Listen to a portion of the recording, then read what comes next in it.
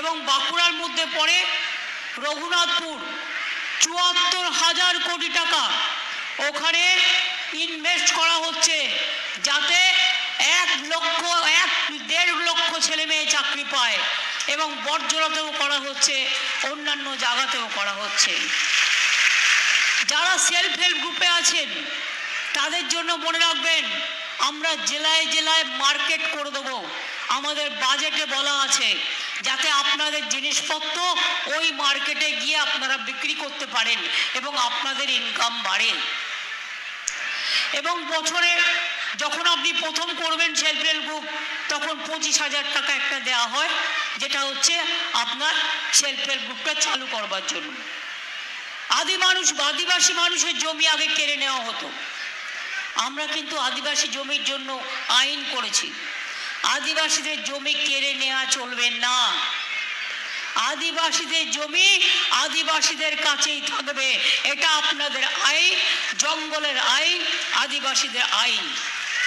মনে রাখবেন, কেন্দ্রের নীতির ফলে আজকে আদিবাসীদের ওপর সারা দেশে অত্যাচার হচ্ছে। আমরা জয় জোহার, জোহার, জয় জোহার, জোহারের নামে জয় জোহার করে পেনশন করেছি। তপশিলি বন্ধু পেনশন করেছি। আমরা ২,১৫,০০,০০০ মা বোনেদের লক্ষ্মীর ভান্ডার দিচ্ছি। কি মা বোনেরা টাকা পেয়েছেন? যারা ৫০০ টাকা পেতেন ১,০০০ টাকা হয়েছে। যাদের ৬০ বছর বয়স হয়ে গেছিল ৬০৬ লাখ ছিলেন। আমি বলেছিলাম ৬০ বছর বয়স হয়ে গেলেও আপনাদের প্রোগ্রাম চলবে, আপনারাও টাকা পেয়েছেন নিশ্চয়ই। আমি অলরেডি করতে বলে দিয়েছিলাম, বাজেটে আমাদের ছিল। যার ৬০ বছর বয়স হয়ে যাবে লক্ষ্মীর ভান্ডার, সেও সারা জীবন পাবেন। এটা মাথায় রাখবেন, এটা আপনাদের মেয়েদের গ্যারেন্টি।